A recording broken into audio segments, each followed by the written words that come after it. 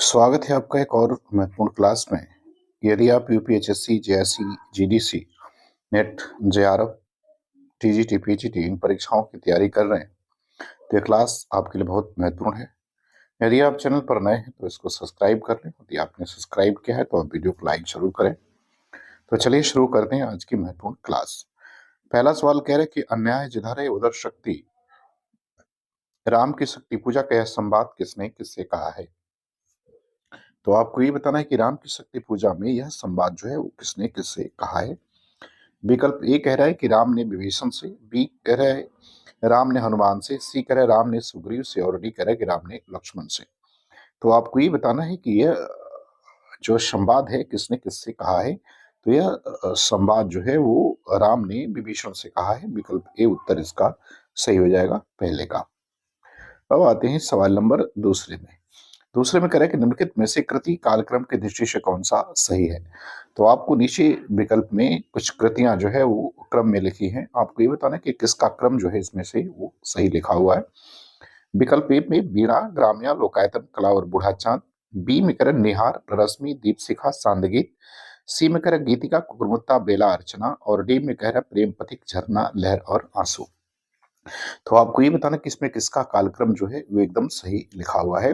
तो दूसरे में देखा जाए तो विकल्प सी जो है वो इसका कालक्रम एकदम सही लिखा हुआ है। गीतिका 36 में, कुकुरमुत्ता 42 में, बेला 46 में और अर्चना 50 में, ये इसका क्रम सही है।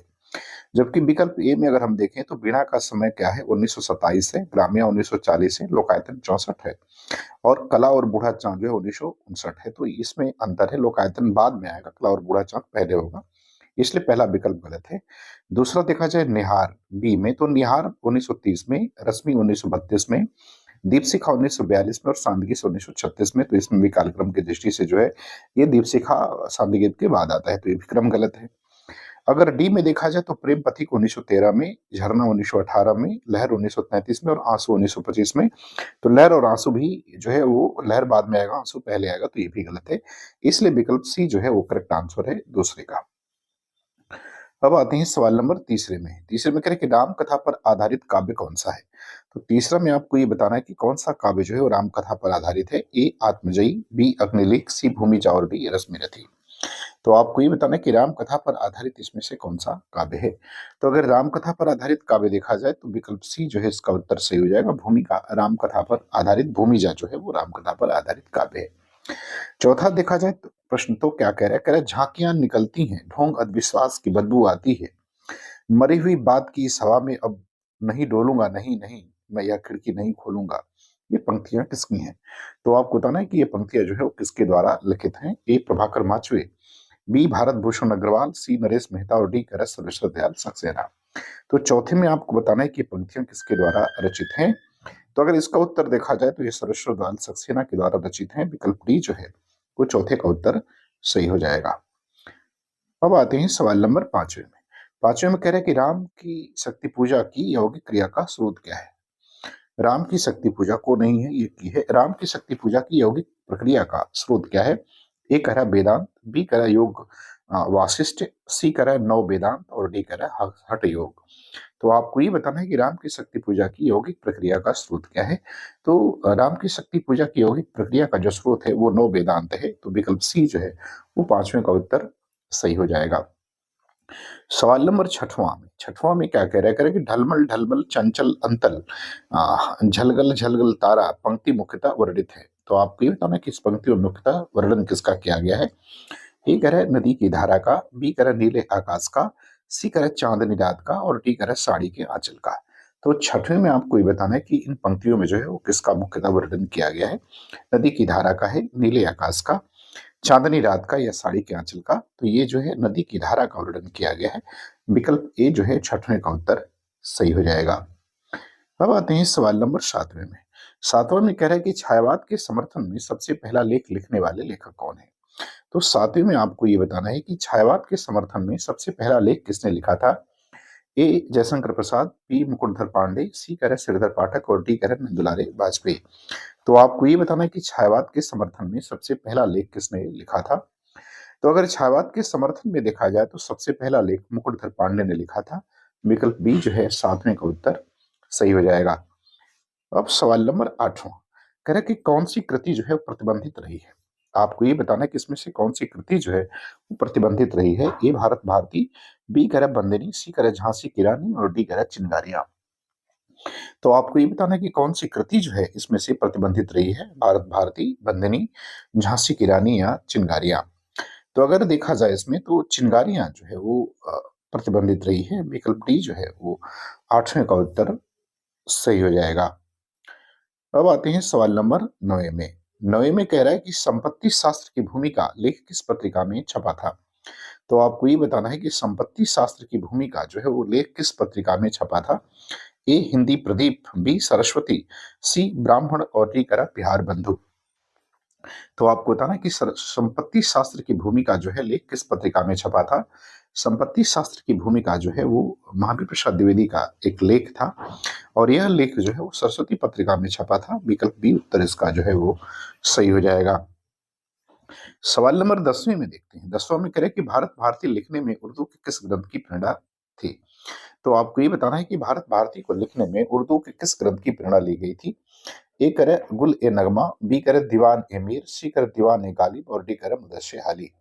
तो आपको बताना कि किस ग्रंथ की जो है वो प्रेरणा ली गई थी भारत भारती को लिखने के लिए। भारत भारती जो है वो मैथिली शरणगुप्त की एक महत्वपूर्ण रचना है और जिसको लिखने के लिए उर्दू के मुदस्से हाली की जो है वो प्रेरणा ली गई थी। तो विकल्प डी जो है वो इसका सही हो जाएगा सवाल नंबर 10वें का। अब आते हैं सवाल नंबर 11 में। 11 में करें कि उज्जवल वरदान चेतना का सौंदर्य जिसे शब्द कहते हैं, यह पंक्ति कामायनी के किस सर्ग से है। तो आपको ये बताना है कि यह कामायनी के किस सर्ग से ली गई है। उज्जवल वरदान चेतना का सौंदर्य जिसे शब्द कहते हैं, यह पंक्ति जो है कामायनी के किस सर्ग से ली गई है। ए श्रद्धा, बी आशा, सी लज्जा और डी आनंद। तो 11 का उत्तर देना है आपको, ये किस सर्ग से ली गई है। तो यह लज्जा सर्ग से ली गई है। विकल्प सी जो है इसका उत्तर सही हो जाएगा। सवाल नंबर 12 में देखते हैं। 12 में कह रहा है कि यह अभिनव मानव प्रजा सृष्टि दुईता में लगे निरंतर ही वर्षों की करती रहे वृष्टि। ये काव्य पंक्तियां किस कवि की हैं। तो आपको बताना है कि ये पंक्तियां जो है वो किस कवि के द्वारा रचित हैं। ए जयशंकर प्रसाद, बी सुमित्रा नंदन पंत, सी महादेव वर्मा और डी रामधारी सिंह दिनकर। तो 12 नंबर सवाल में आपको बताना है कि ये पंक्तियां जो है वो किसके द्वारा रचित हैं। तो ये पंक्तियां जो है वो जयशंकर प्रसाद के द्वारा रचित हैं। विकल्प ए जो है इसका उत्तर सही हो जाएगा। अब आते हैं सवाल नंबर 13 में। 13 में क्या कह रहा है। 13 में कह रहा है कि ज्ञान दूर कुछ क्रिया भिन्न है, इच्छा क्यों पूरी हो मन की, एक दूसरे से न मिल सके यह विडंबना है जीवन की। आपको बताना है कि काव्य पंक्तियों के रचनाकार कौन है। तो आप बताएंगे कि इन काव्य पंक्तियों के रचनाकार कौन है। ए जयशंकर प्रसाद, बी सुमित्रा नंदन पंत, सी अग्नि और डी राम नरेश त्रिपाठी। तो 13 नंबर आपको सवाल में बताना है कि काव्य पंक्तियां के लेखक कौन है, इसके रचनाकार कौन है। तो इसके भी रचनाकार जयशंकर प्रसाद है। विकल्प ए जो है वो सही हो जाएगा। अब 14 में आपको बताना है कि निम्नलिखित में से कौन सा काव्य संग्रह शमशेर बहादुर सिंह का नहीं है। सवाल नंबर 14 में आपको ये बताना है कि कौन सा जो है वो काव्य संग्रह वो शमशेर बहादुर सिंह का नहीं है, ये आपको बताना है सवाल नंबर 14 में। ए कह रहा है कुछ कविताएं, बी कह रहा है कुछ और कविताएं, सी कह रहा है कि आज अभी आंखों से और डी कह रहा है काल तुझसे ओढ़े मेरी। तो 14 का आपको बताना है कि कौन सा संग्रह जो है वो शमशेर बहादुर सिंह का नहीं है। शमशेर बहादुर सिंह का नहीं है, ये आपको बताना है कि कौन सा काव्य संग्रह जो है वो शमशेर बहादुर सिंह का नहीं है, ये आपको बताना है। ए कह रहा है कुछ कविताएं, बी कह रहा है कुछ और कविताएं और सी कह रहा है कि आज अभी से आ, आंखों से और डी कह रहा है कि काल तुझसे ओढ़े मेरी। सवाल नंबर 14 का उत्तर आपको देना है। तो इसका विकल्प सी जो है वो सही हो जाएगा। ये शमशेर बहादुर सिंह की नहीं है और हमें आप कमेंट करके जरूर बताएंगे कि ये जो रचना है वो किसके द्वारा लिखित है। चलिए, अब आते हैं सवाल नंबर 15 में। 15 में कह रहा है कि उड़ गया गरजता यंत्र गरुड़ वह बिंदु, शून्य में पिघल गया पर शाम। ये पंक्तियां अज्ञे की किस कविता से हैं। तो आपको बताना है कि ये पंक्तियां जो है अज्ञे की किस कविता से ली गई हैं। ए कह रहा है पहचान, बी सांप, सी हरी घास पर क्षण भर और डी कह रहा है कि हवाई अड्डे पर विदा। तो आपको 15 में ये बताना है कि ये पंक्तियां जो है वो अज्ञे की किस कविता से ली गई हैं। तो अगर 15 का उत्तर देखा जाए तो हवाई अड्डे पर विदा नाम की कविता से ली गई हैं। विकल्प डी जो है 15 का उत्तर सही हो जाएगा। अब आते हैं सवाल नंबर 16 में। कह रहे फिर परियों के बच्चों से हम सुभग सीप के पंख पसार, समुद्र तैरते शुचि ज्योत्सना में, पकड़ इंद्र के कर सुकुमार। आपको बताना है कि पंक्तियों के रचनाकार कौन है। तो 16 में आपको बताना है कि ये पंक्तियां जो है वो किसके द्वारा लिखित हैं। ए सुमित्रानंदन पंत, बी महादेवी वर्मा, सी सूर्यकांत त्रिपाठी निराला और डी कह रहा है जयशंकर प्रसाद। तो आपको बताना है कि काव्य पंक्तियां जो है वो किसके द्वारा रचित हैं। तो ये काव्य पंक्तियां सुमित्रानंदन पंत की हैं। विकल्प ए जो है 16 का उत्तर सही हो जाएगा। अब आते हैं सवाल नंबर 17 में। 17 में कह रहे कि कहाँ हो ये हमारे प्राण प्यारे, किधर तुम छोड़कर हमको पधारे, बुढ़ापे में यह दुख भी देखना था, इसी को देखने को मैं बचा था। ये काव्य पंक्तियां किस कवि की हैं। तो 17 में आपको बताना है कि ये काव्य पंक्तियां जो है वो किसकी हैं। ए प्रताप नारायण मिश्र, बी अंबिका दत्त व्यास, सी भारतेंदु हरिश्चंद्र और डी बद्री नारायण चौधरी प्रेमघन। तो आपको बताना है कि काव्य पंक्तियां जो है वो किसके द्वारा लिखित हैं। सवाल नंबर 17। 17 में आपको उत्तर देना है। तो 17 का उत्तर क्या होगा। तो 17 का उत्तर हो जाएगा विकल्प सी, भारतेंदु हरिश्चंद्र के द्वारा ये पंक्तियां लिखित हैं। अब आते हैं सवाल नंबर 18 में। 18 में, सवाल नंबर 18 में कह रहा है कि प्रिय की सुधिक सी ए सरिताएं, ये कानन कांतार सुसज्जित, मैं तो नहीं किंतु है मेरा हृदय किसी प्रीतम से परिचित, जिसके प्रेम पत्र आते हैं प्रायः सुख संवाद सन्निहित। आपको बताना है कि ये काव्य पंक्तियां किस कवि की हैं। तो सवाल नंबर 18 में आपको ये बताना है कि ये काव्य पंक्तियां किसके द्वारा लिखित हैं। ए अयोध्या सिंह उपाध्याय हरिऔध, बी रामराज त्रिपाठी, सी मैथिली गुप्त और डी लाला। तो आपको ये बताना है कि ये काव्य पंक्तियां जो है वो किसके द्वारा रचित हैं। सवाल नंबर 18 का उत्तर आपको देना है। तो ये काव्य पंक्तियां जो है वो रामराज त्रिपाठी के द्वारा लिखित हैं। विकल्प बी जो है इसका उत्तर सही हो जाएगा सवाल नंबर 18 का। चलिए अब देखते हैं सवाल नंबर 19। 19 में कहता है कि घुसती हैं लाल लाल मसाल अजीब सी, अंतराल विवर के तम में, लाल लाल कुहरा, कुहरे में सामने रखता लोक, स्नात पुरुष एक, रहस्य साक्षात। आपको ये बताना है कि उपयुक्त काव्य पंक्तियां मुक्तिबोध की किस कविता से हैं। 19 में आपको ये बताना है कि ये काव्य पंक्तियां मुक्तिबोध की किस कविता से ली गई हैं। एक ए कह रहा है एक स्वप्न कथा, बी कह रहा है मुझे याद आते हैं, सी कह रहा है अंधेरे में और डी कह रहा है मुझे कदम कदम पर। तो 19 में आपको बताना है कि ये काव्य पंक्तियां मुक्तिबोध की किस कविता से ली गई हैं। तो ये ली गई हैं अंधेरे में कविता से। विकल्प सी जो है 19 का उत्तर सही हो जाएगा। अब सवाल नंबर 20वां। 20वां में कह रहा है कि यदि श्रद्धा और मनु अर्थात मनन के सहयोग से मानवता का विकास रूपक है, तो भी बड़ा ही भावमय और श्लाघ्य है। कामानी के संदर्भ में यह कथन जो है वो किसका है। तो 20 में आपको ये बताना है कि कामानी के संदर्भ में यह कथन किसका है। ए गजानन माधव मुक्तिबोध, बी आचार्य नंदुलारे वाजपेयी, सी आचार्य रामचंद्र शुक्ल और डी जयशंकर प्रसाद का। तो आपको बताना है सवाल नंबर 20वें का कि यह कथन जो है वो किसके द्वारा कहा गया है। तो ये कथन जो है वो जयशंकर प्रसाद का है। विकल्प डी जो है उत्तर इसका सही हो जाएगा। अब आते हैं सवाल नंबर 21 में। 21 में कह रहा है कि खड़ी बोली में इतना बड़ा काव्य अभी तक नहीं निकला है। बड़ी भारी विशेषता इस काव्य की यह है कि यह सारा संस्कृत वर्णवृत्तों में जिसमें अधिक परिमाण में रचना करना कठिन काम है। आचार्य रामचंद्र शुक्ल ने यह मत किस ग्रंथ के लिए प्रकट किया है। तो आपको ये बताना है कि शुक्ल जी का यह मत जो है वो किस ग्रंथ के संदर्भ में है। ए कह रहा है साकेत, बी सांध्य अटन, सी कामायनी और डी परिप्रवास। तो 21 का उत्तर आपको देना है कि शुक्ल जी का यह कथन जो है वो किस ग्रंथ के संदर्भ में है। तो यह परिप्रवास के संदर्भ में इन्होंने कहा था। परिप्रवास को हिंदी खड़ी बोली का पहला महाकाव्य माना जाता है और इसके रचयिता अयोध्या सिंह उपाध्याय हरिऔध हैं और इसका प्रकाशन सन 1914 में हुआ था। अब देखते हैं सवाल नंबर 22। 22 में क्या कह रहा है। 22 में कह रहा है कि मुख कमल समीप सजे थे, दो किसलय के पुरैन के जल बिंदु, सदृश ठहरे कब उन कानों में दुख किनके, इस क्षण में प्रेयसी की किस गुणिया प्रवृत्ति का वर्णन हुआ है। तो आपको ये बताना है कि इसमें जो है प्रेयसी के किस गुण या प्रवृत्ति का वर्णन हुआ है। यह जो छंद है यह जयशंकर प्रसाद की रचना आंसू से लिया गया है। तो आपको बताना है कि किस गुण या प्रवृत्ति का वर्णन हुआ है। एक है प्रेयसी रूपवती है, बी प्रेयसी के लिए प्रयुक्त उपमान नए हैं, सी प्रेयसी निर्दयी है और डी प्रेयसी प्रिय के प्रति अनुकूल है।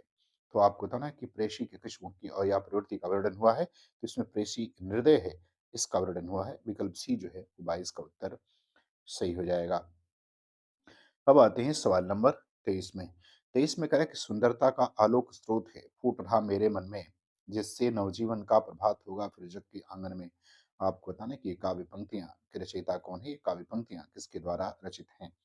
ए कह रहा है जयशंकर प्रसाद, बी कह रहा है सुमित्रा नंदन पंत, सी कह रहा है सूर्यकांत त्रिपाठी निराला और डी कह रहा है महादेवी वर्मा। तो सवाल नंबर 23 का उत्तर आपको देना है कि ये पंक्ति जो है किसकी है, जयशंकर प्रसाद की है, सुमित्रा नंदन पंत की है, सूर्यकांत त्रिपाठी निराला की है या महादेवी वर्मा की है। तो ये काव्य पंक्ति जो है वो सुमित्रा नंदन पंत की है। विकल्प बी जो है इसका उत्तर सही हो जाएगा।